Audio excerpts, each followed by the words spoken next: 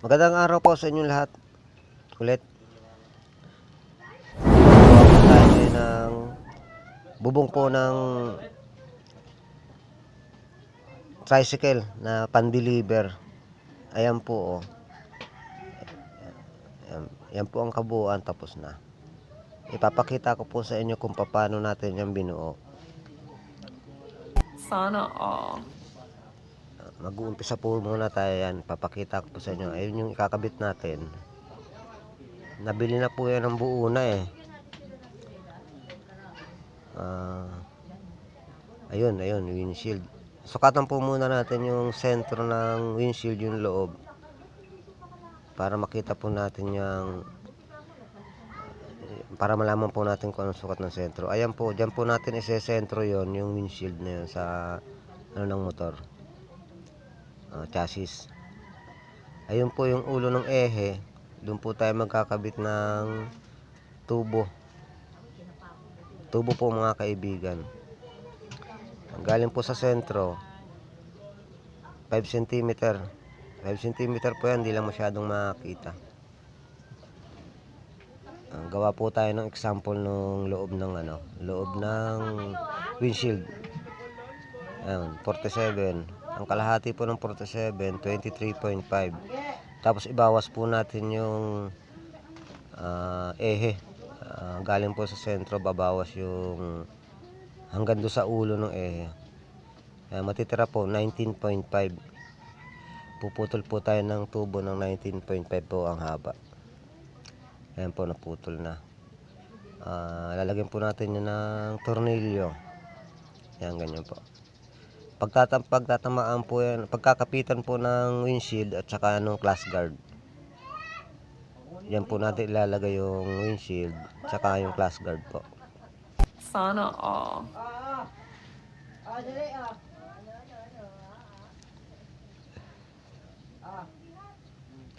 Ayan, kakabit na po natin sa ehe ng ng motor. Yan po, dapat po niyan tinatanggal muna.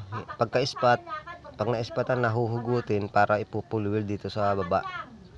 Ang ginawa ko na lang po diyan, pinaluwagan ko po yung ehe, tapos iniikot ko na lang po. Hindi ko napuhugutin. Iniikot-ikot ko na lang po yung tubo na yan.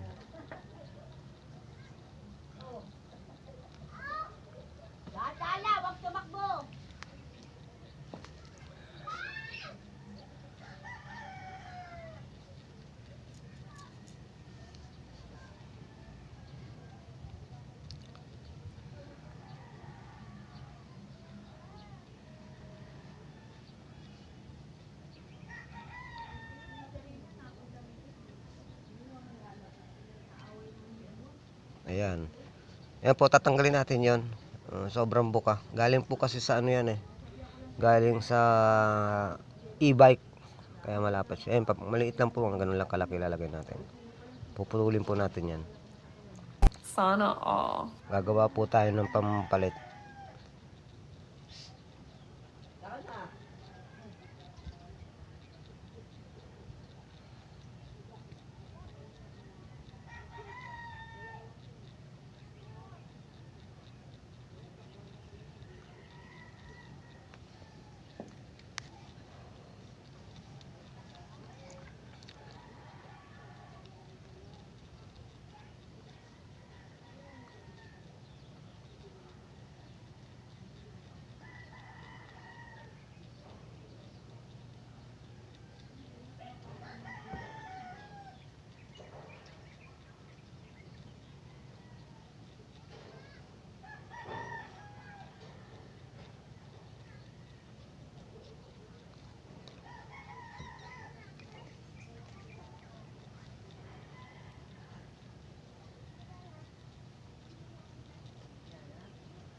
Isa pa po, dalawa.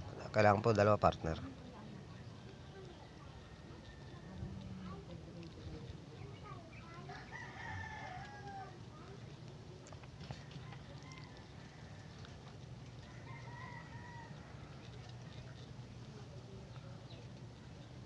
Sa mga nagpa-practice pang mag-welding, ganun lang po yun.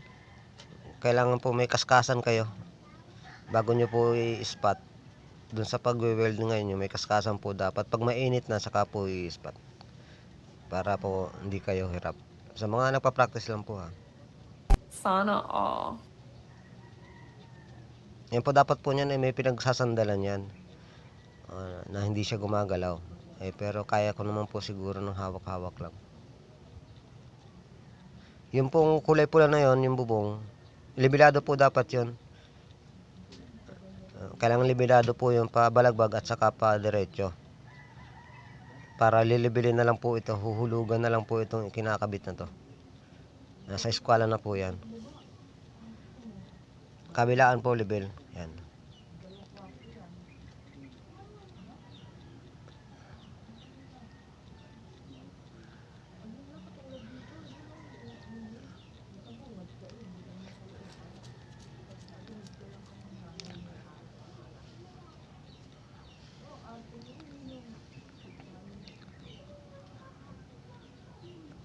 Partner po yan, dalawa. Mexi po yan bubong kaya may ganyan. Binago. Pang e-bike nga po, mexi lang. Kaya nung inilagay sa motor, kapos.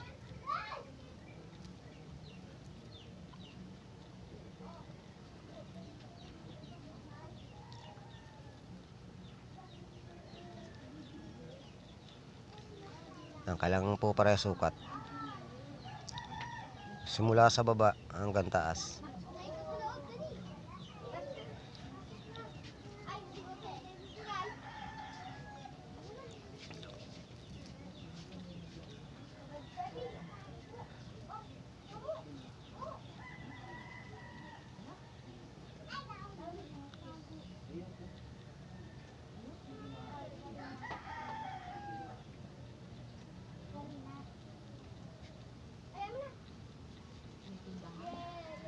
Ayan, maglalagay na po tayo ng pagpapatungan ng bubong na yun. Yung ginawa po natin na dalawang paan na yun, doon po natin yung patatamain. Yan pong motor, kailangan libilado rin. Lilibil po muna natin yan bago po tayo maglalagay nun. Para lilibilin din natin yung kakabit natin.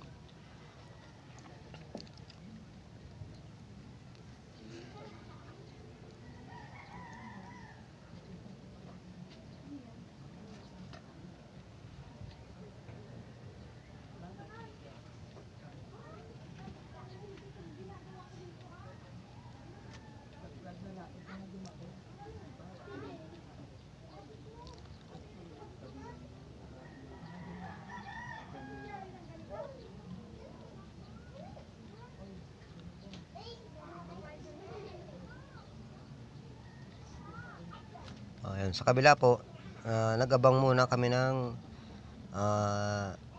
tukod. Temporary. Ayan o, ikakabit na po natin.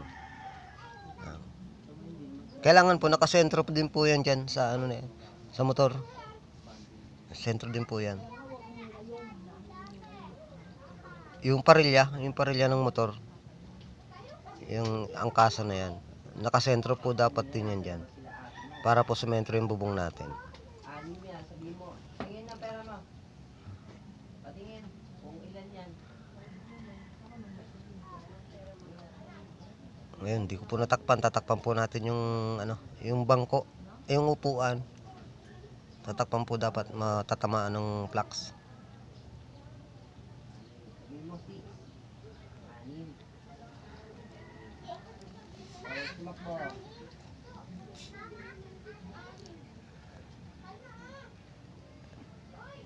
Yun o, yung sinasabi ko. Bago nyo po i-spot doon, papainitin nyo muna. Dapat meron kayong painitan, kaskasan. Tumakbo ha.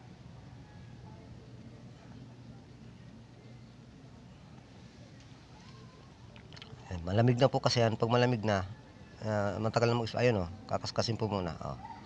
Pagka mainit na, tuloy-tuloy na po yan. Ngayon lang pong diskarte ko dyan.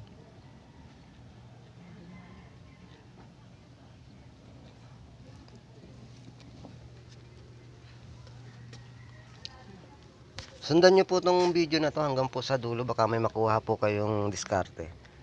Ituturo ko po yung ginagawa kong style pag welding. Ipapakita ko po, sasabihin ko rin kung paano yung technique doon.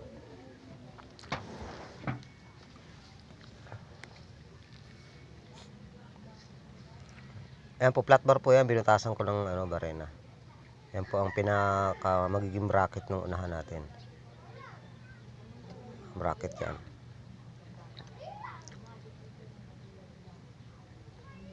Hindi ko po yan nalagyan ng cross guard kahapon. Dahil hapon na. Mamaya ko pa po lalagyan. Tinatapos ko lang po itong vlog natin. Ayun kinakaskas po muna. Kailangan may kaskasan kayo. Ayun. Saka pag mainit na, saka nyo po i-spot.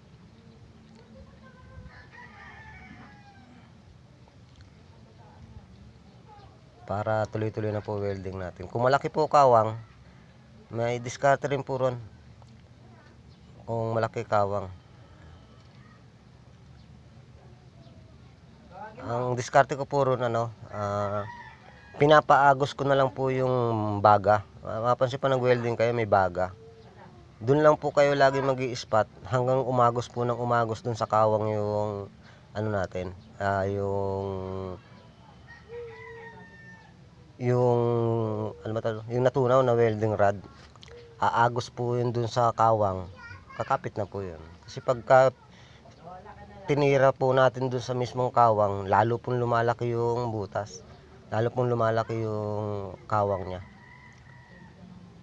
Hindi katulad po nung paagusan lang po natin siya ng para nasasaraduhan po yung malaking kawang na wini-welding natin. Style naman po dyan, halimbawa ang paglalapatan nyo po ng tubo makapal na bakal. Kapares po yan, 16mm po yan mataba, solid na bakal. Ang tutok po ng welding rod, lalamang po ron sa makapal. Nilagyan po natin ng ayan pares niya, mas makapal po yung angle bar. Nakatutok po dapat doon. Yun pag ganun lang. Lamang po ang tutok niya ron. Lamang po ang tutok natin doon. Hindi po natin siya gigitnaan. Para masabay silang matunaw. Mas makapal po kasi yung angle bar na yun. Sana all.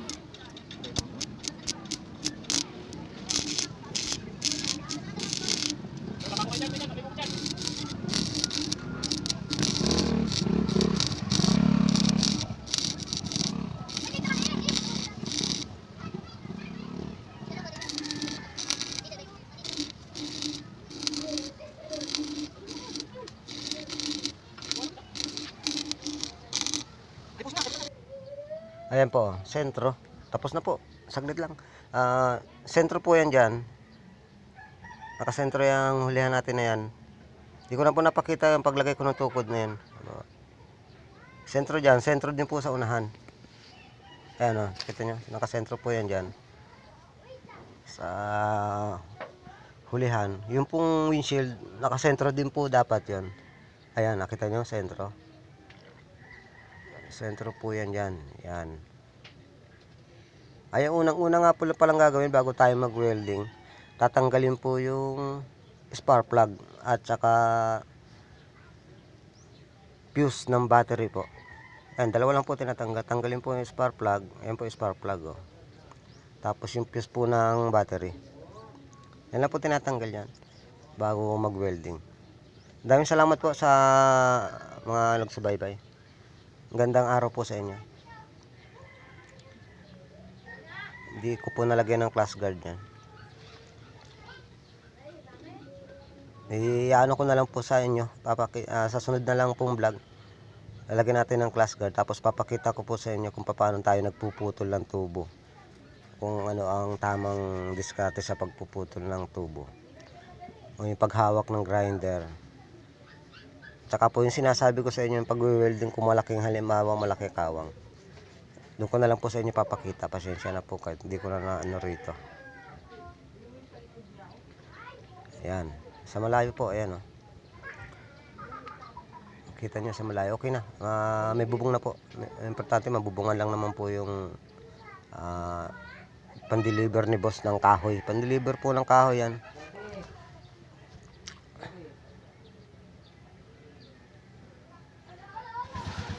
Ayan, masaya na po si boss. May bubong na siya. Oh, yan po ang paggawa, oh. Hindi Si na boss. siya ayun nga po yung yung height po pala ng ng bubong. Ano po yan? Ang height ko po 5'5". Ha? Kailangan po pag upo nyo sa motor, meron pang 4 pulgada na allowance, 4 inches. Ganun lang po ang ginagawa ko. Hindi po pwedeng sobrang baba, Napakita natin hindi po yung pwedeng ginawa natin sobrang taas. sa YouTube. Oh. Lahat ng kulang bukas na, may pupuntahan kayo eh. Yan, okay na po. Tumakbo naman yung motor. Ayan po ang tricycle natin. Tayo na rin po ang nagawa niyan. Simula sa Ang tumakbo flooring kanina eh. hanggang po sa bubong. Hindi na nagagamit. Stock dyan. Yan po. Yung close band ni Foreman. Ibang style po yan. Para maiba-iba ng back to back po yan.